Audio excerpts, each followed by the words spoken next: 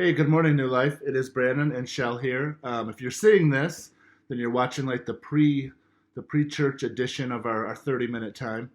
We thought it'd be great this morning to be able to maybe join together and have like a virtual lobby. So if you can hear me, how do you sign up for that virtual lobby? If you want to join us, text NL Zoom, ZOOM, to 31996, and you'll Right get a now. link, and you can jump over there and say hi to us and everybody else that's over there. Yep, and we'll be done right before service starts, so you won't miss a thing. Hope to see you there. See ya.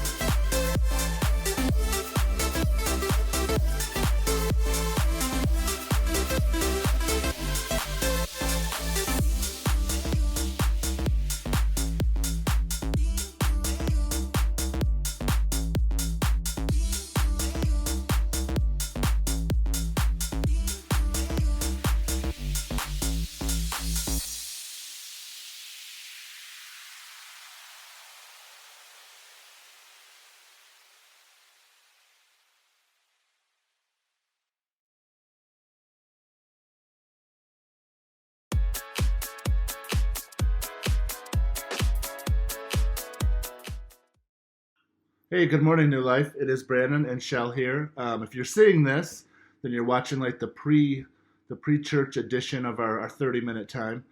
We thought it'd be great this morning to be able to maybe join together and have like a virtual lobby. So if you can hear me, how do you sign up for that virtual lobby? If you want to join us, text NL Zoom, ZOOM, to 31996, and you'll Right get now. a link, and you can jump over there and say hi to us and everybody else that's over there. Yep, and we'll be done right before service starts, so you won't miss a thing. Hope to see you over there. See ya.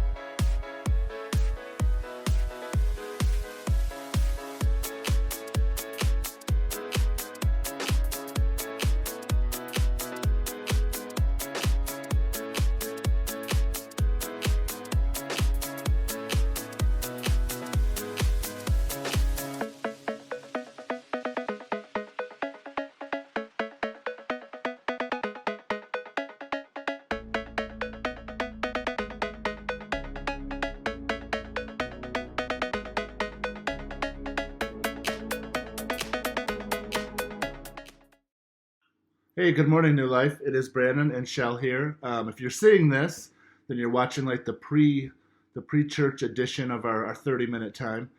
We thought it'd be great this morning to be able to maybe join together and have like a virtual lobby. So if you can hear me, how do you sign up for that virtual lobby? If you want to join us, text NL Zoom, ZOOM, to 31996, and you'll Right get now. a link, and you can jump over there and say hi to us and everybody else that's over there. Yep, and we'll be done right before service starts, so you won't miss a thing. Hope to see you over there. See ya.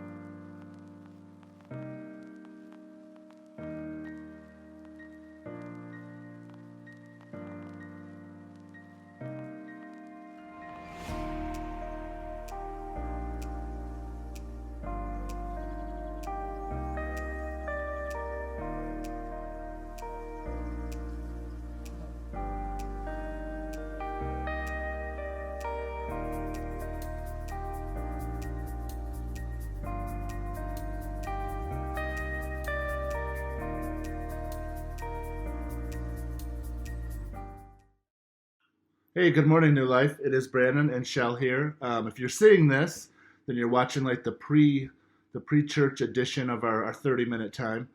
We thought it'd be great this morning to be able to maybe join together and have like a virtual lobby. So if you can hear me, how do you sign up for that virtual lobby? If you want to join us, text NL Zoom, ZOOM, to 31996, and you'll Right get a now. link, and you can jump over there and say hi to us and everybody else that's over there. Yep, and we'll be done right before service starts, so you won't miss a thing. Hope to see you there. See ya.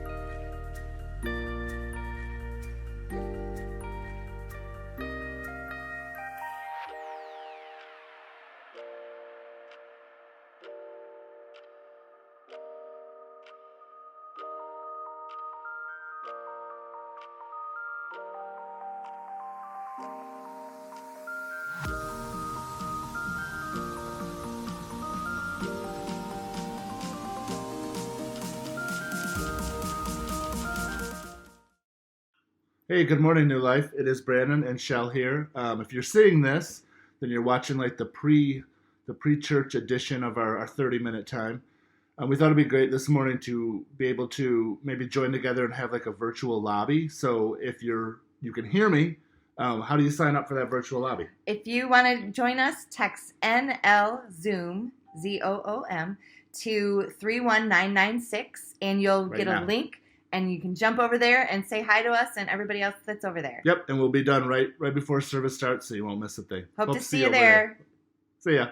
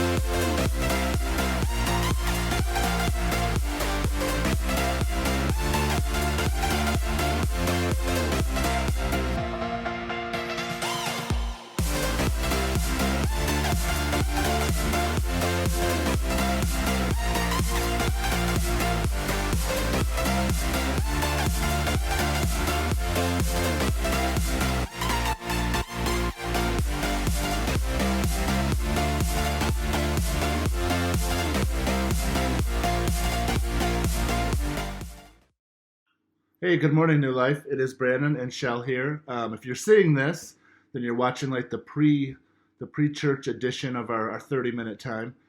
We thought it'd be great this morning to be able to maybe join together and have like a virtual lobby. So if you can hear me, how do you sign up for that virtual lobby? If you want to join us, text NL Zoom, ZOOM, to 31996, and you'll Right get now. a link, and you can jump over there and say hi to us and everybody else that's over there. Yep, and we'll be done right before service starts, so you won't miss a thing. Hope to see you over there. See ya.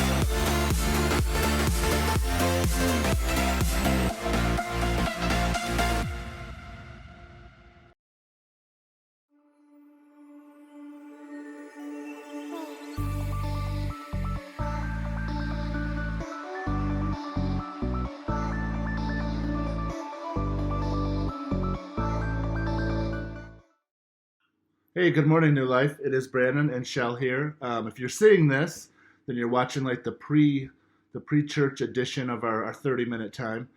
We thought it'd be great this morning to be able to maybe join together and have like a virtual lobby. So if you can hear me, how do you sign up for that virtual lobby? If you want to join us, text NL Zoom, ZOOM, to 31996, and you'll Right get a now. link, and you can jump over there and say hi to us and everybody else that's over there. Yep, and we'll be done right before service starts, so you won't miss a thing. Hope to see you there. See ya.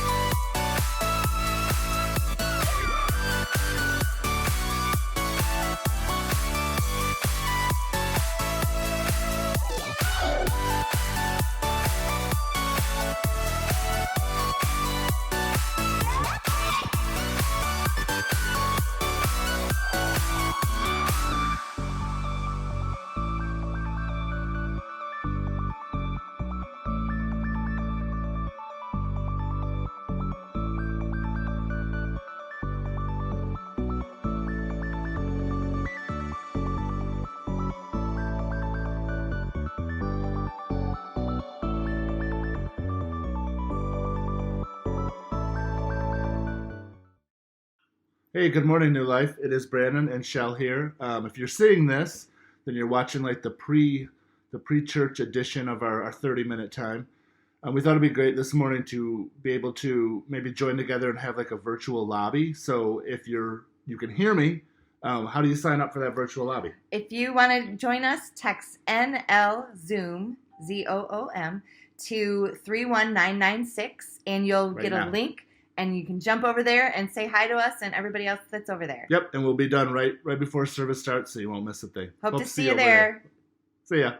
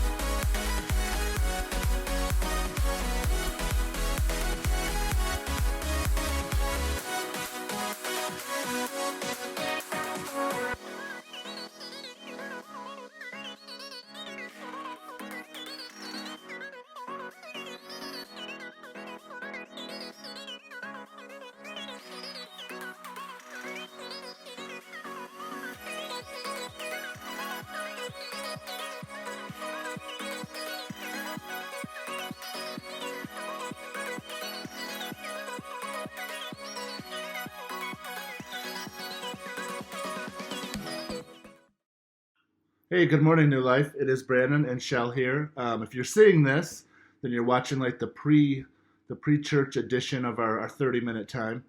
We thought it'd be great this morning to be able to maybe join together and have like a virtual lobby. So if you can hear me, how do you sign up for that virtual lobby? If you want to join us, text NL Zoom, ZOOM, to 31996, and you'll Right get now. a link, and you can jump over there and say hi to us and everybody else that's over there. Yep, and we'll be done right before service starts, so you won't miss a thing. Hope to see you over there. See ya.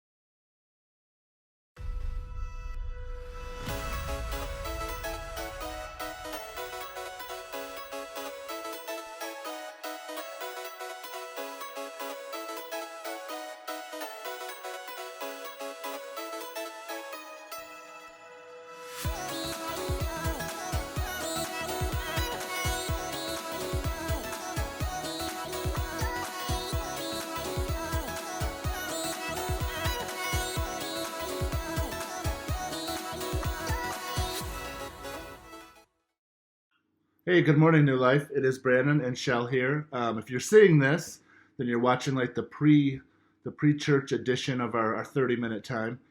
We thought it'd be great this morning to be able to maybe join together and have like a virtual lobby. So if you can hear me, how do you sign up for that virtual lobby? If you want to join us, text NL Zoom, ZOOM, to 31996, and you'll Right get a now. link, and you can jump over there and say hi to us and everybody else that's over there. Yep, and we'll be done right before service starts, so you won't miss a thing. Hope to see you over there.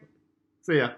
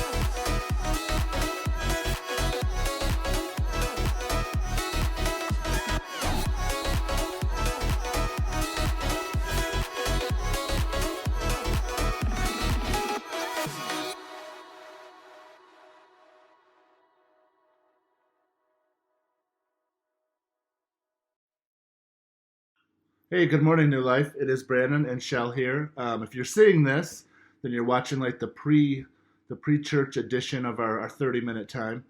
We thought it'd be great this morning to be able to maybe join together and have like a virtual lobby. So if you can hear me, how do you sign up for that virtual lobby? If you want to join us, text NL Zoom, ZOOM, to 31996, and you'll Right get a now. link, and you can jump over there and say hi to us and everybody else that's over there. Yep, and we'll be done right before service starts, so you won't miss a thing. Hope to see you over there. See ya.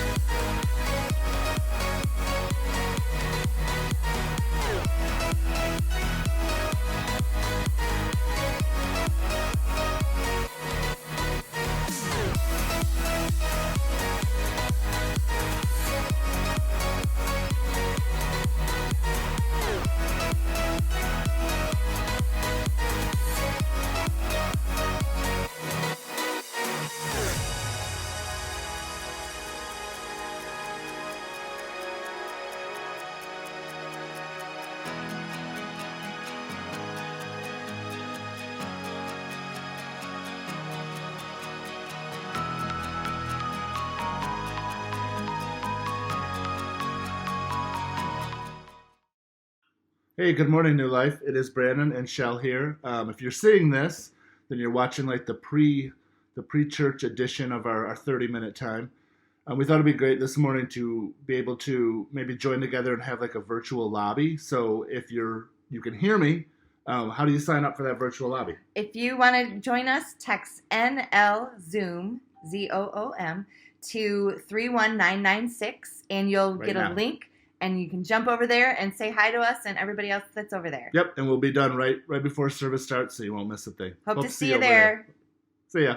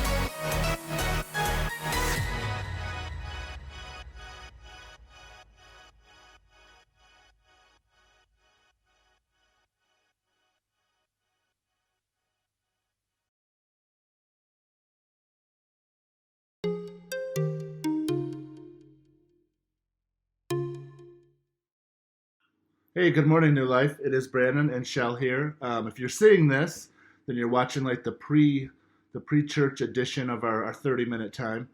We thought it'd be great this morning to be able to maybe join together and have like a virtual lobby. So if you can hear me, how do you sign up for that virtual lobby? If you want to join us, text NL Zoom, ZOOM, to 31996, and you'll Right get now. a link, And you can jump over there and say hi to us and everybody else that's over there. Yep, and we'll be done right before service starts, so you won't miss a thing. Hope to see you there. See ya.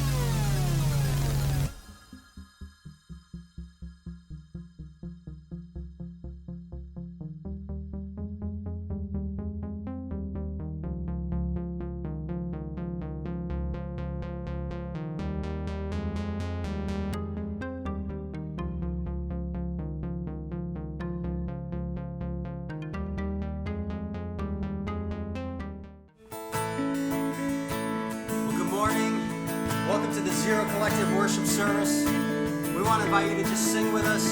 Stand if you want to. We're going to have some fun singing together. You came down from heaven's throne. This earth you formed was not your home. Love like this, the world had never known. Crown of thorns, a crown of thorns to mock your name. Forgiveness fell upon your face. Love like this, the world had never known. Sing this chorus together. On the altar I praise, let there be no higher name. Jesus, Son of God, you laid down your perfect life. You are the sacrifice. Jesus, Son of God, you are Jesus, Son of God. Sing that shit.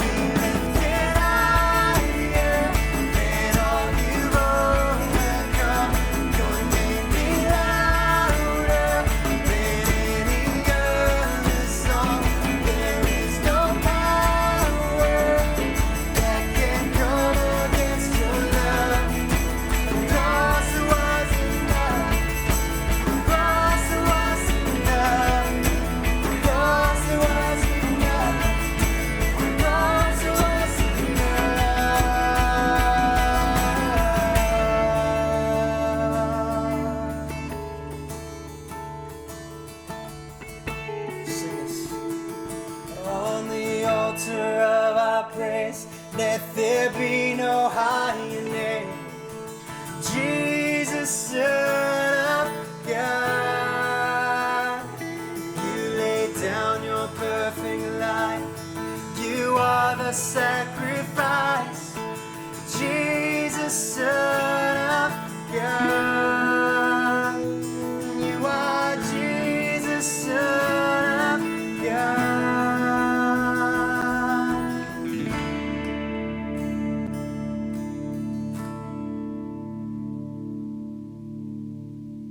Hey, good morning. Happy Mother's Day. We're glad you could join us. I just know for my wife, Shell, Mother's Day was really hard for her for many years. And that's not the case anymore. And I just know for some of you, it might still be a hard holiday. And for many others, maybe you're not seeing your mother today, or your mother has passed, or whatever the case is.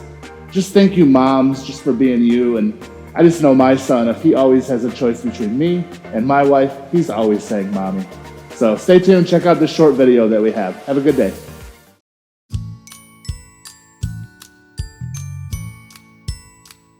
I love you because you're really helpful and you always help me with things, and you're really smart and loving and caring. She's beautiful. I love mommy. I like that mom always stands up to help people.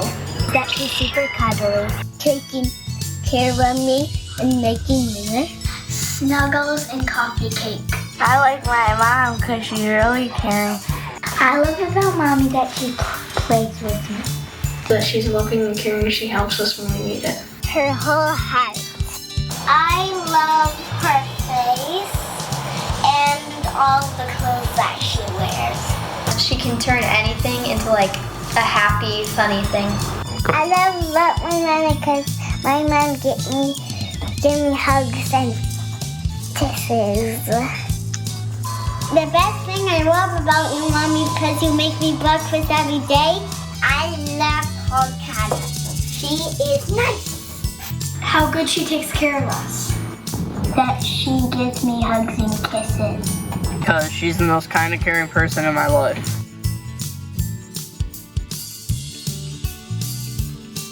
That she wears flip-flops like all year round. Mommy gives me my cookies and I laugh. She does jokes. She makes fun. She sleeps in more than I do. That's silly about her. She's fun. She tells silly tricks on me. We always did together really good.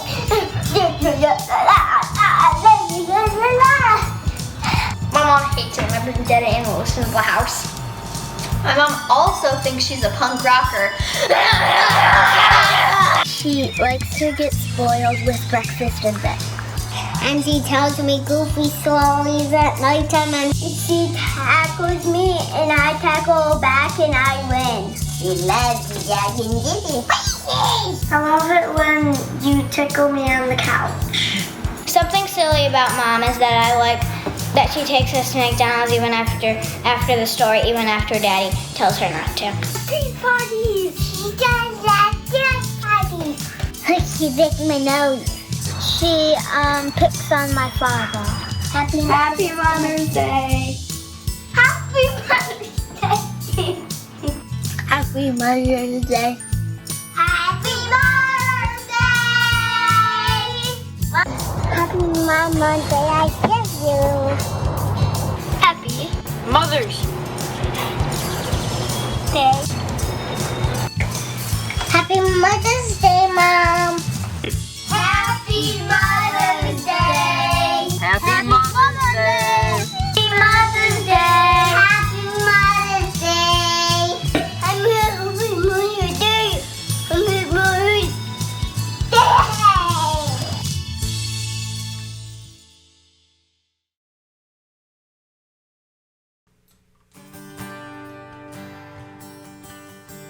Well, especially on Mother's Day, we are so grateful for all of our moms. We want to invite you to just worship with us and sing this with us. Sing it, Ashley. I love you, Lord. Oh, your mercy never fails me, and and all my days I've been held in your hands. From the moment that I wake up until I lay my head, oh, I will sing of the goodness of God. Sing all my life. All my life you have been faithful. All my life you have been so, so good. With every breath that I am able, oh, I will sing of the goodness of God. I love your voice.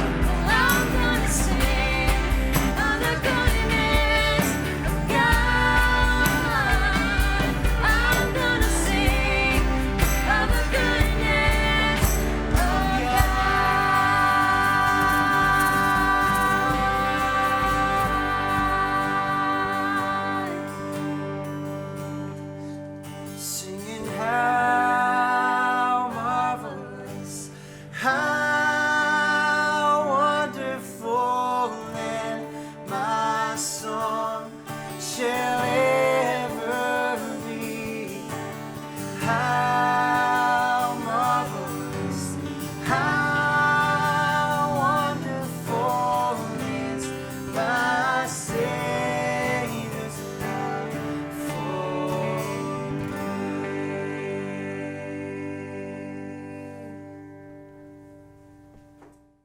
Hi again. As we continue worship this morning, I'd like to read this psalm this morning with you guys. It is Psalm 27, verses 13 and 14. It reads, I remain confident of this. I will see the goodness of the Lord in the land of the living. Wait for the Lord. Be strong and take heart and wait for the Lord. And I know that's tough in this season for a lot of us with what's going on. We've had to wait for things. I'm sure you have too. But God is good and he will provide. There's a lot still going on here at New Life. There's still reasons to give. If you'd like to give this morning, it is newlifewayland.org/give. And although the lights in the building may be off most days, the heat may be turned down, New Life Church is still doing a lot in this community. We still have hand-to-hand ministry going on. We have a benevolence fund. We have the COVID relief fund. We're still handing out gift cards and just helping anybody that we know, whether they come to New Life or don't, just showing who Jesus is in this tough time.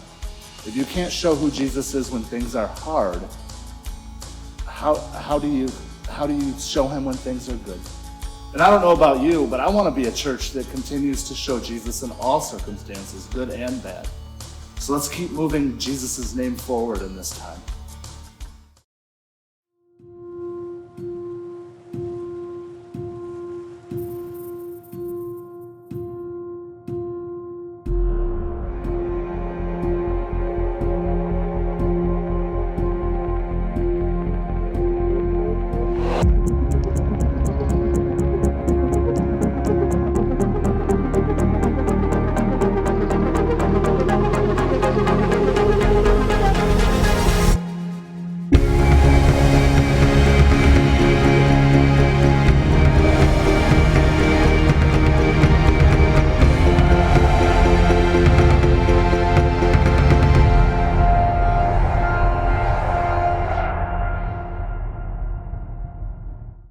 Hey, New Life Church, thank you so much for joining us today.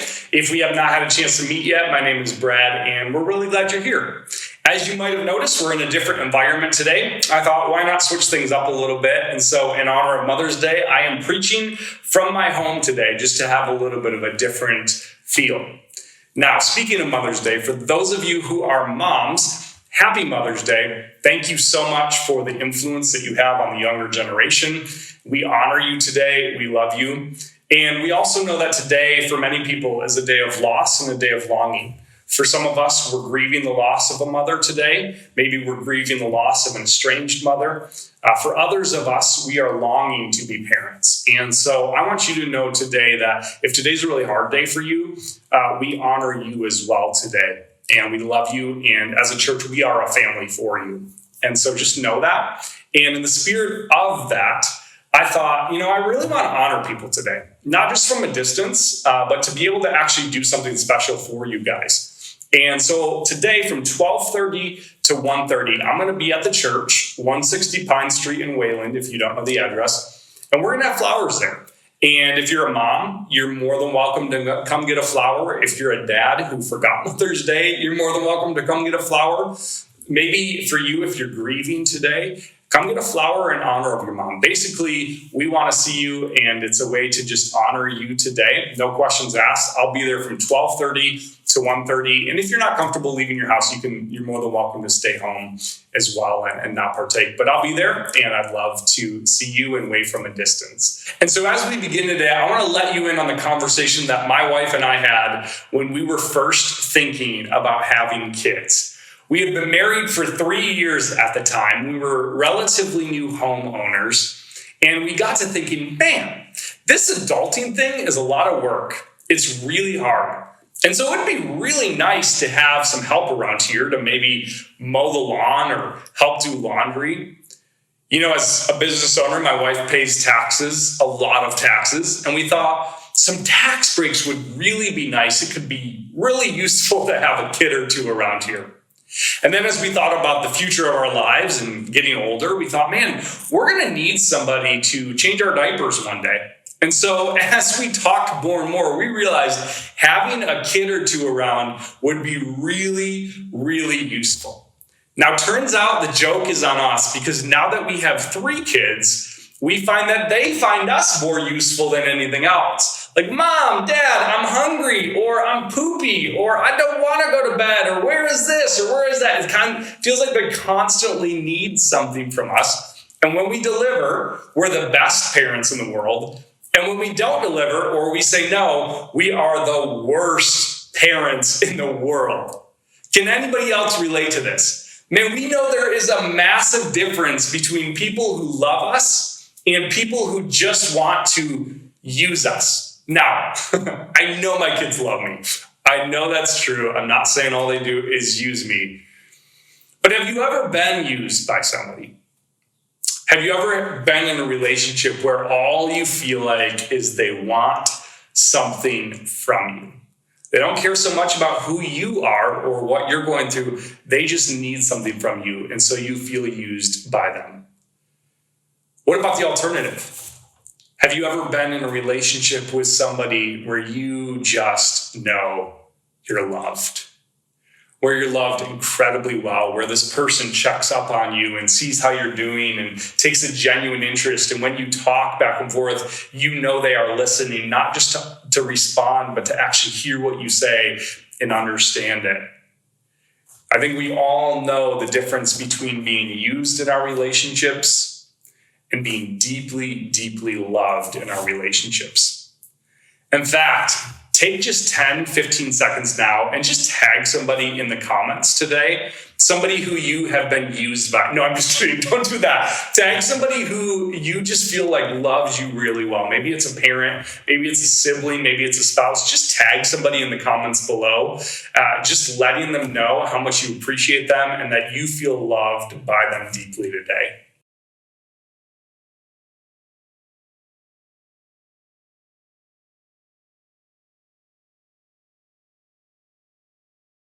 And so why is it so easy for us to differentiate between being loved by someone and being used by someone?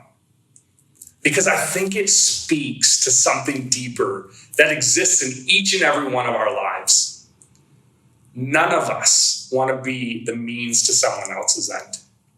In fact, all of us have a deep longing to be loved for who we are as we are right now. There's a massive difference between being used by someone and being loved by someone, and we can all spot it really easily. Now, we're in the last couple chapters of the book of Mark, and as we wrap up this gospel story over the next several weeks, Jesus is in a really tense place in his ministry. It's Passover week. The tension is mounting. He knows that there are people after him. In fact, the religious leaders, the scribes, the Pharisees, they're all beginning to plot against Jesus to have him somehow arrested, tried, and crucified. And what makes it worse is that even some of the people that are closest to Jesus, someone like Judas, one of his followers who has been with him for years in his ministry, at this point is just using Jesus' ministry to steal money. He's the treasurer for the disciples, and he's stealing money and using it as his own, and he's just using Jesus at this point. And I can't help but imagine that the human side of Jesus right now, the full humanity of Jesus, is really grieved right now because he knows about this betrayal. He knows about being used. And in the midst of this grief, there is a story that happens that is so beautiful. It's a story that happens in the midst of tension. It's a story that happens in the midst of Jesus being used and hurt by people that were close to him. Check it out. Watch what happens in Mark 14, verse 3. And while Jesus was at Bethany, in the house of Simon the leper, as he was reclining at table, a woman came up with an alabaster flask of ointment of pure nard, very costly. And she broke the flask and poured it over his head. There was some who said to themselves indignantly, Why was the ointment wasted like that? For this ointment could have been sold for more than 300 denarii and given to the poor. And they scolded her. The Greek for scolded her is they rebuked her harshly. They had some strong words for this woman, for how flippant and wasteful she was being. But Jesus said, leave her alone. Why do you trouble her? She has done a beautiful thing for me. For you always have the poor with you, and whenever you want, you can do good for them. But you will not always have me. She has done what she could. She has anointed my body beforehand for burial. And truly I say to you, wherever the gospel is proclaimed in the whole world, what she has done will be told in memory of her. Now, this story, it exists in one form or another in all four Gospels, Matthew, Mark, Luke, and John. And Mark tells the story from a very specific angle, but John helps us fill in some of the gaps of this story. See, many scholars believe that this story is talking about the same woman, and John identifies her as Mary, the sister of Lazarus, one of Jesus' closest family friends. Mary is a picture throughout her entire life of someone who loved Jesus well. We see story after story of Mary, and there's several Marys in the Gospels. But Mary, the sister of Lazarus, is someone who loved Jesus so incredibly well. She took this flask of extremely expensive ointment, this flask of nard, and she broke it. Now, it would be very typical in those days and in that time for someone, a guest, to come in a home. It's a very hospitality-minded culture. And for them to be anointed with a few drops of this really expensive oil. It would have been really culturally acceptable, very honorable to have that done to you, to be able to do that towards somebody. That would have raised no eyebrows whatsoever. But this woman, who we're going to call Mary, she just breaks this flask in front of Jesus. She shatters it. And she pours it on his head. John describes her pouring it on his feet as well. And I think what we need to understand here is that this wasn't just a costly thing for her to do. You see, this jar, for many families in the time of Jesus, man, this represented their entire family's wealth. It was their backup plan in case of disaster. It was their financial security. It was their financial future. You know, for many people in this day and age, losing this thing could have and would have spelled disaster for their family. And so she doesn't just pour a couple drops on Jesus' head. She shatters this thing. It's as if she is saying to Jesus, I love you so much that I am willing to release my financial future, my security, everything that makes me safe and comfortable, not to mention the well-being of my own family, for the sake of showing you how much I love you.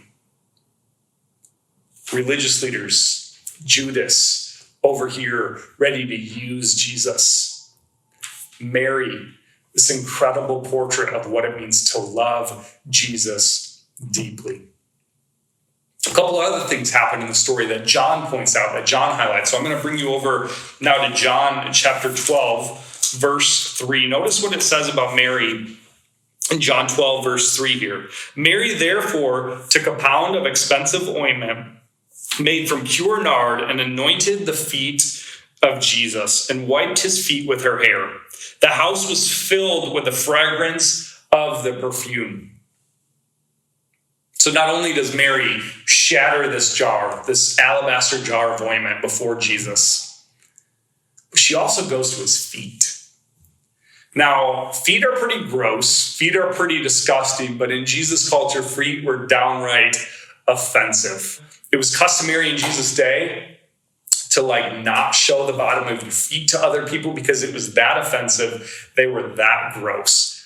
like bottom of the feet was like the equivalent of the middle finger that we have today. You just didn't do it. It was offensive. It was basically telling somebody off.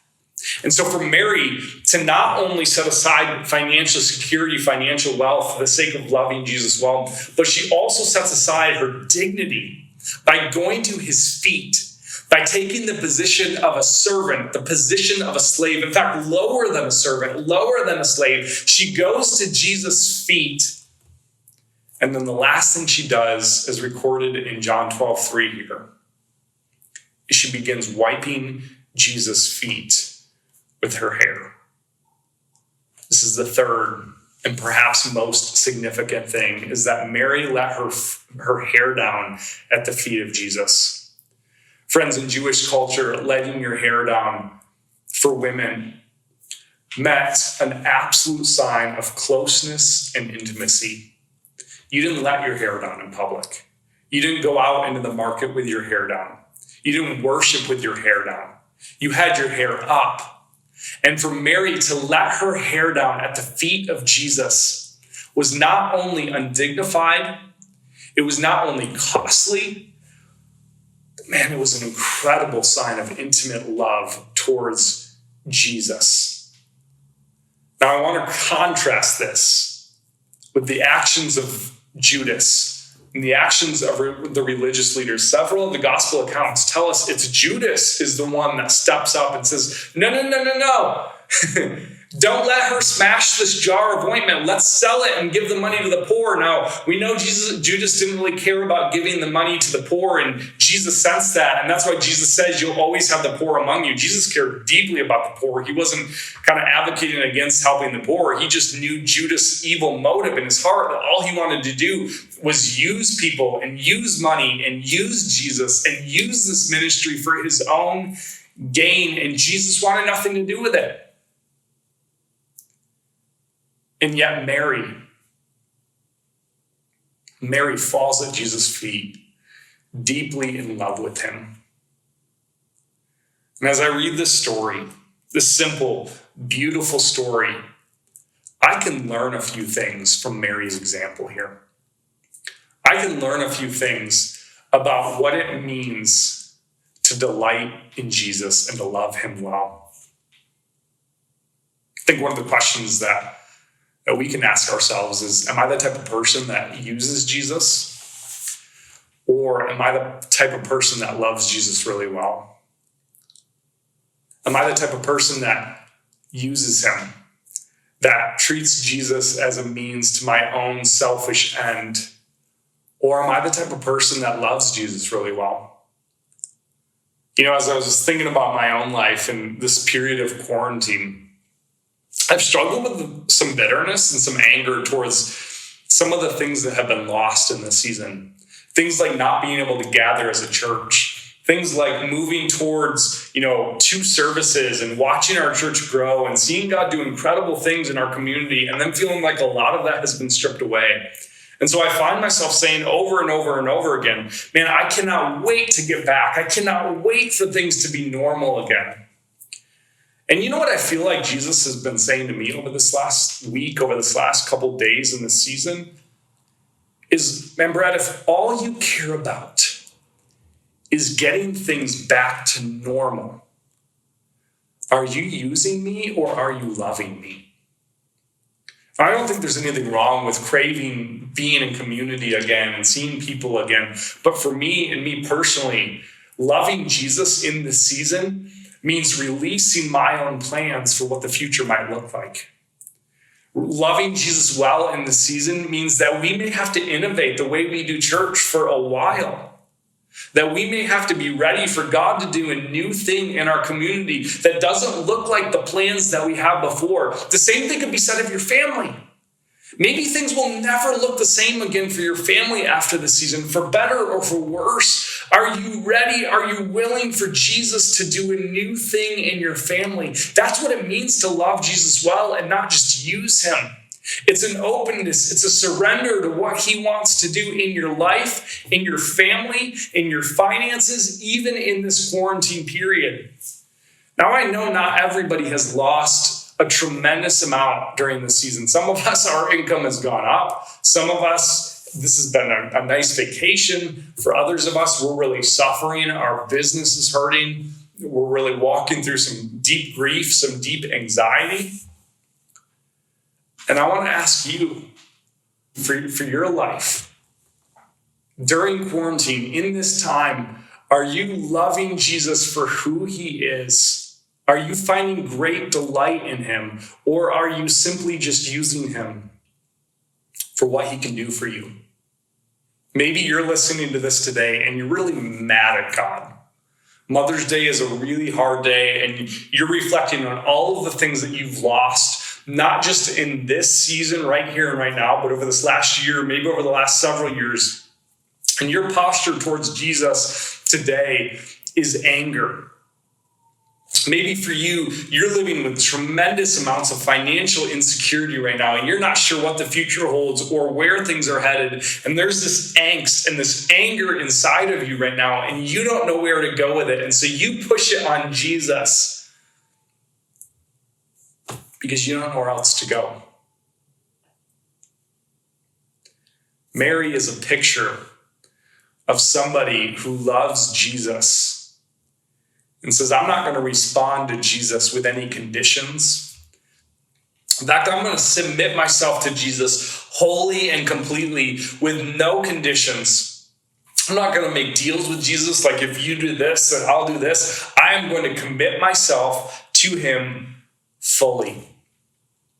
I'm going to do it by breaking the box, by giving up my security, by pursuing him at great cost to myself. There's no cost condition for Mary when it comes to following Jesus. I am willing to give up anything. This isn't a tithe that Mary is offering Jesus. It's everything about her. I'm willing to give up my security and my safety and even my future for Jesus, not just hypothetically. Sometimes I think we say, I would give up anything for Jesus, but thank God he's not calling me to give up everything for him. Mary wasn't just hypothetical about her commitment and her love for Jesus. She was fully in. She does this in getting near his feet and touching his feet, taking the position lower than a slave, which is ironic because soon he will do the same exact thing for his followers. He'll take the position of the slave. He'll wash their feet. He'll get down to their feet. Mary is just emulating what Jesus does by taking the position of a servant towards somebody else. She gets it. She understands. It's pretty typical, I think, for women to understand it a lot faster than men. I think Mary understood it a lot faster than the men that were following Jesus. She willingly gave up her power and her control for the sake of surrendering to him. And then finally, she lets down her hair. She gives up the affirmation and the approval of other people for the sake of experiencing intimacy with Jesus. Friends, what Mary teaches me is that my deepest delight can never be found in my position. I love you. I love being a pastor to this church. I couldn't picture myself anywhere else than right here in this community with you guys, but that is not where my deepest delight lies. I love being a parent. I love being a dad. I love being married to my wife. We're coming up on celebrating our 8th anniversary soon, and I think about how much more deeply I love my wife today than the day we got married.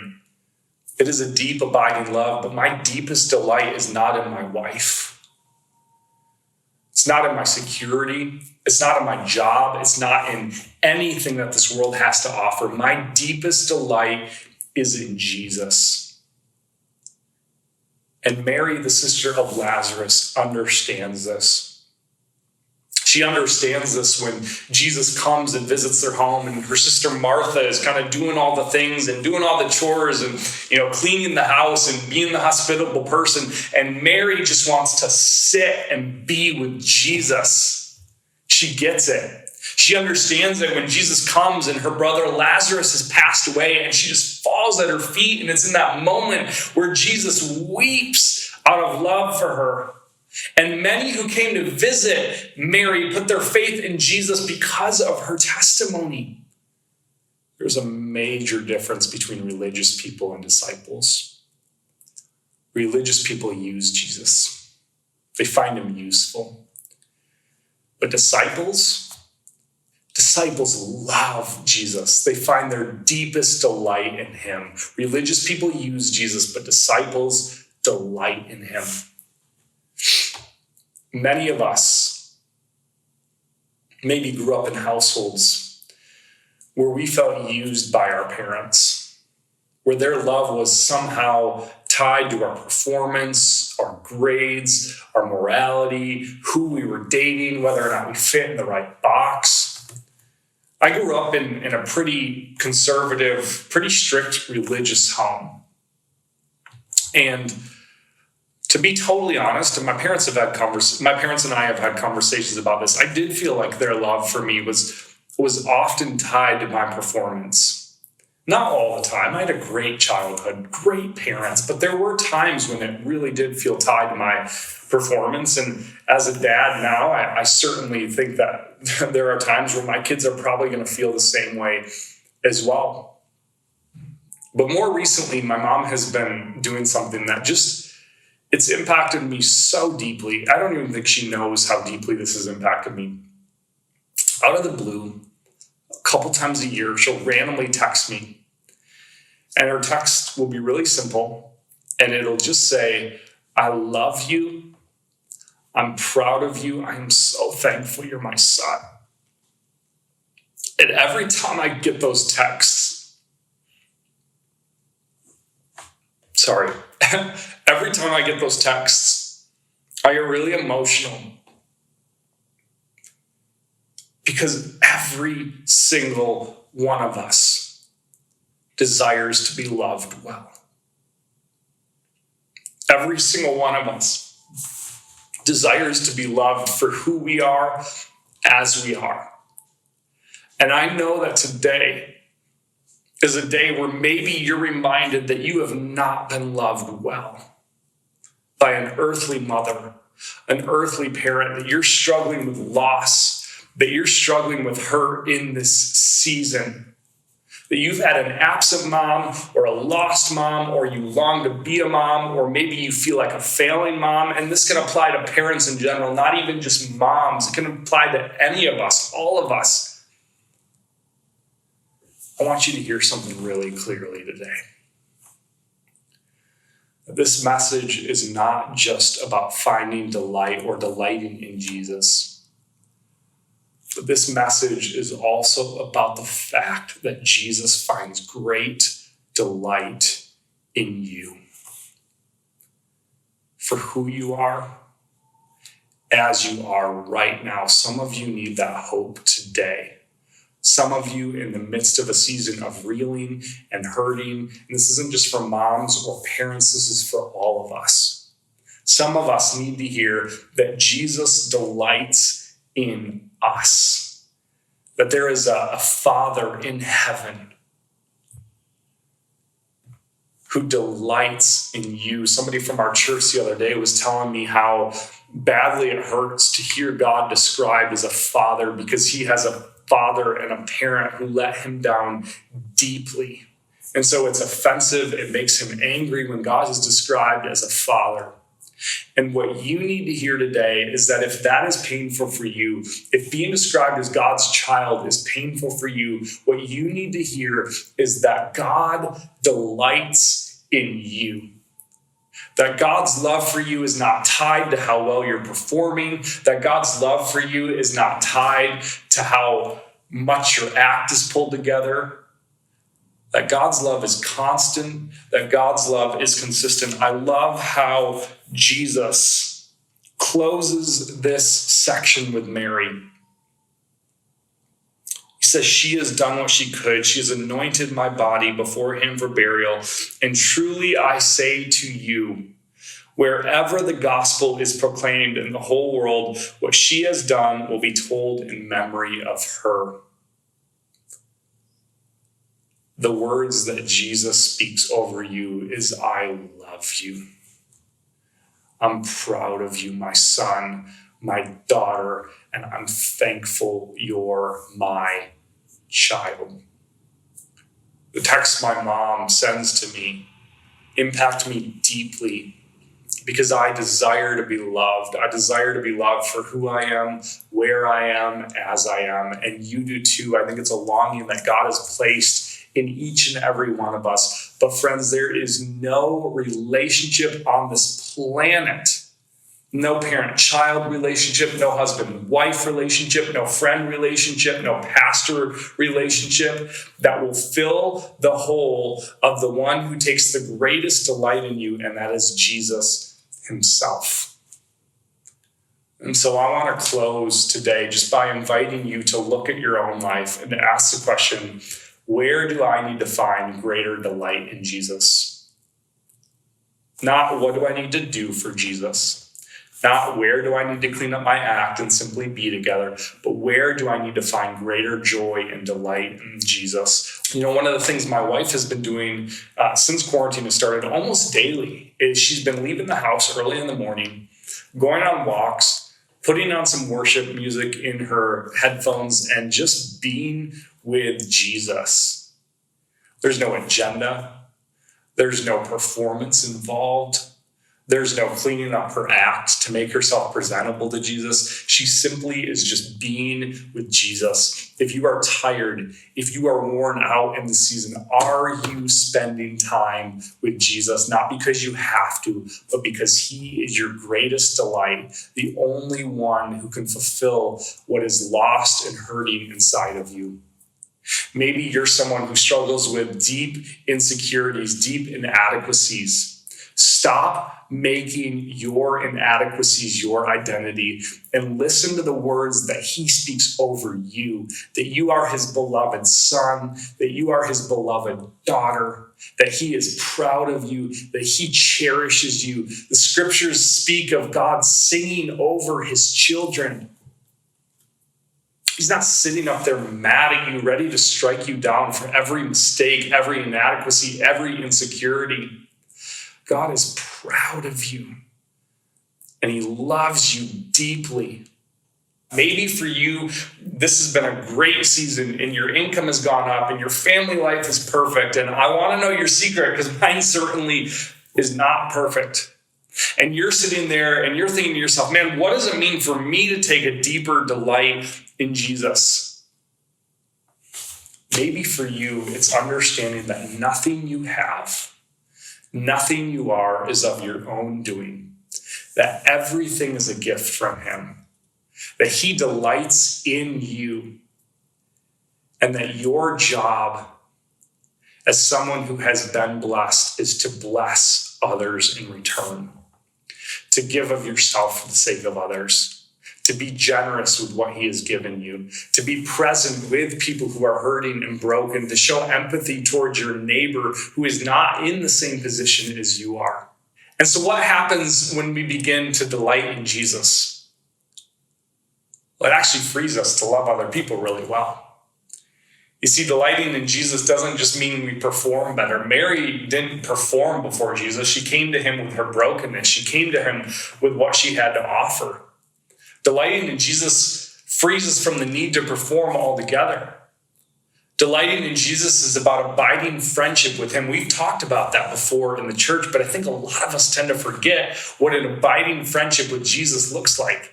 It means spending time with him, not because I have to, but because that is the place of greatest rest. That is the place where I can cast my anxiety on him, where I can cultivate a deeper love and a fuller relationship with him. Delighting in Jesus means that I can actually take off my masks in front of other people and be who I am because I am so confident in the Savior who loves me as I am, where I am.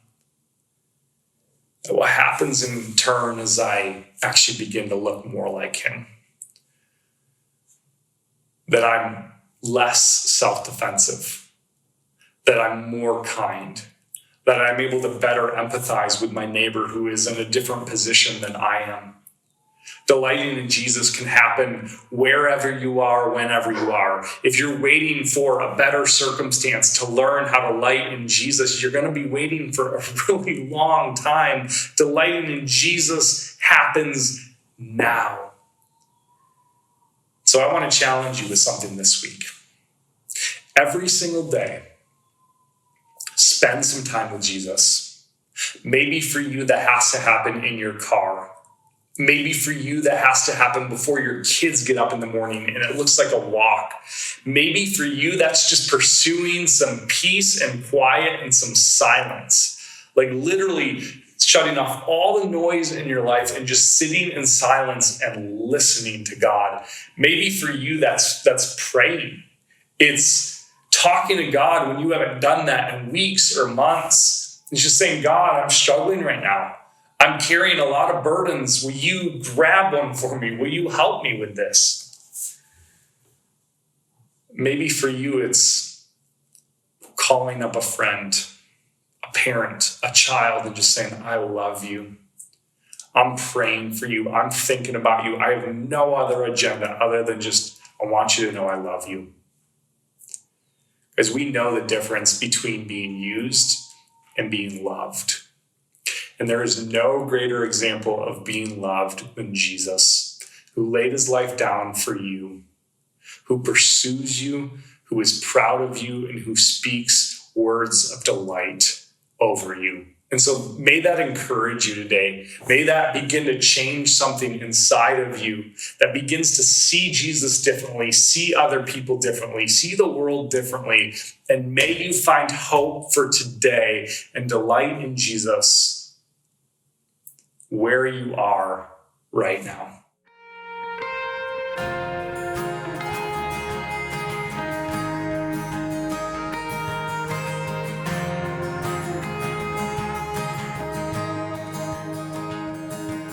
The weapon may be formed, but it won't prosper.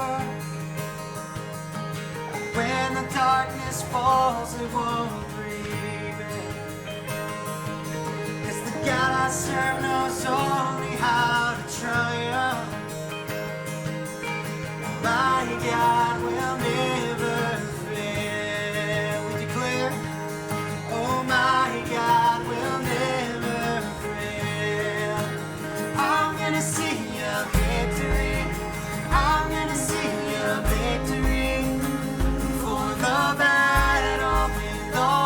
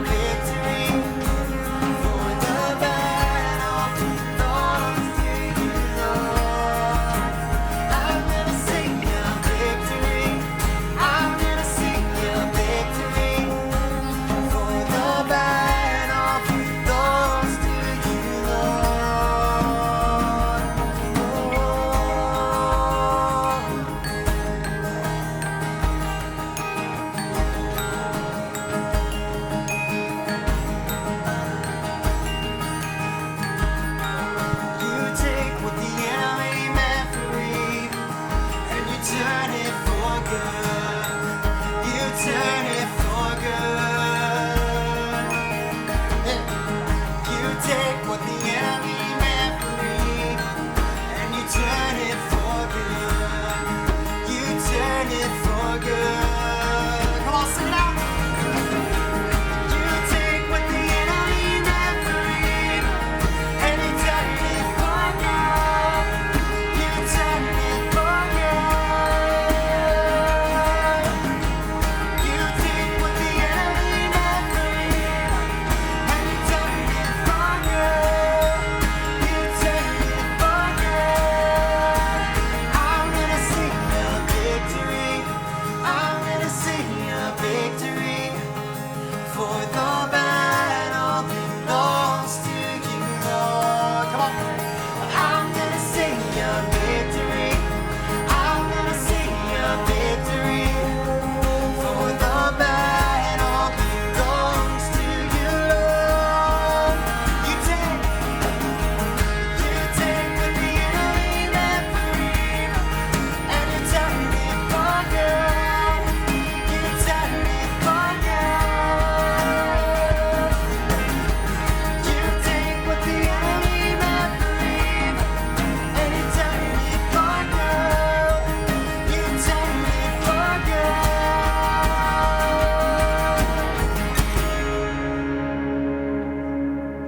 Hey, please join us Wednesday nights at 8 o'clock on our Facebook page just for a time of prayer.